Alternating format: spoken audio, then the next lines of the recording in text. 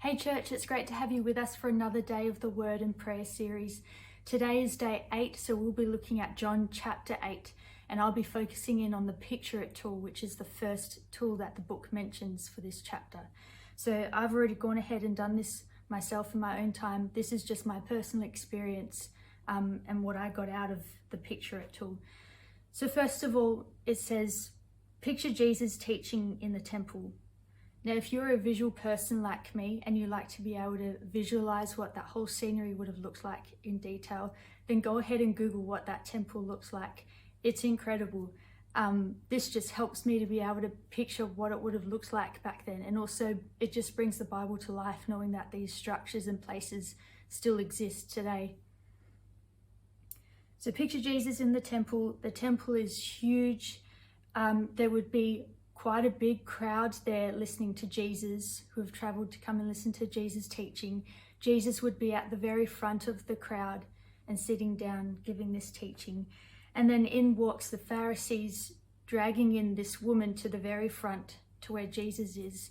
And you can imagine the crowd probably really confused, thinking, why are these Pharisees dragging in this woman in the middle of Jesus teaching? What could be so important to interrupt him teaching? And then the Pharisees say to Jesus, this woman has been caught in the act of adultery. What are you going to do about it?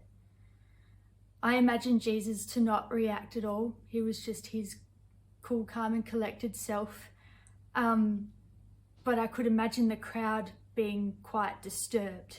You know, they would be shocked and probably quite disgusted at this woman. And this woman would probably be so humiliated being caught in the act of adultery. Her body language would probably be quite closed off and her head hanging down in shame, knowing that the punishment for this sin is death. So that's what I pictured. Then Jesus says, whoever among you is guiltless may be the first to throw a stone at her. This definitely wouldn't have been the response that the Pharisees were expecting from Jesus. They were trying to catch him out, but instead Jesus gave them the biggest reality check. In fact, they didn't even have a response to this. They left one by one. Now the book asks, what does Jesus' words in verse 10 sound like? Jesus stood up straight and said to her, woman, where are they? Did no one condemn you? She replied, no one, Lord. And Jesus said, I do not condemn you either. Go, and from now on do not sin anymore. There's so much authority and power in Jesus' words in that verse, yet there's such a softness about them. There's still so much love behind those words.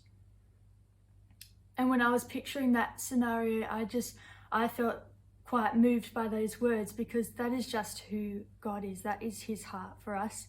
Though we're not perfect, he still loves on us anyway. So this would have been quite contrary to the laws of this day. And Jesus wasn't just letting this woman's sin slide. He was in no way dismissing her. He was extending mercy to her and empowering her to turn away from her sinful life. So for the last bit, for the prayer part of this exercise, I encourage you to just sit and soak in the presence of Jesus and imagine him saying to you, I do not condemn you. Maybe you're currently struggling with sin, or you have been for a while, but just know that God wants you to run to him with your sin and your brokenness. He wants to help you through it, and he wants to empower you and to love on you. So just, in your time of prayer, just sit and soak in his presence and open up your heart and your mind to what he wants to say to you and what he wants to encourage you with. So that's John chapter 8. Hope that encouraged you, church. Enjoy the rest of the chapter.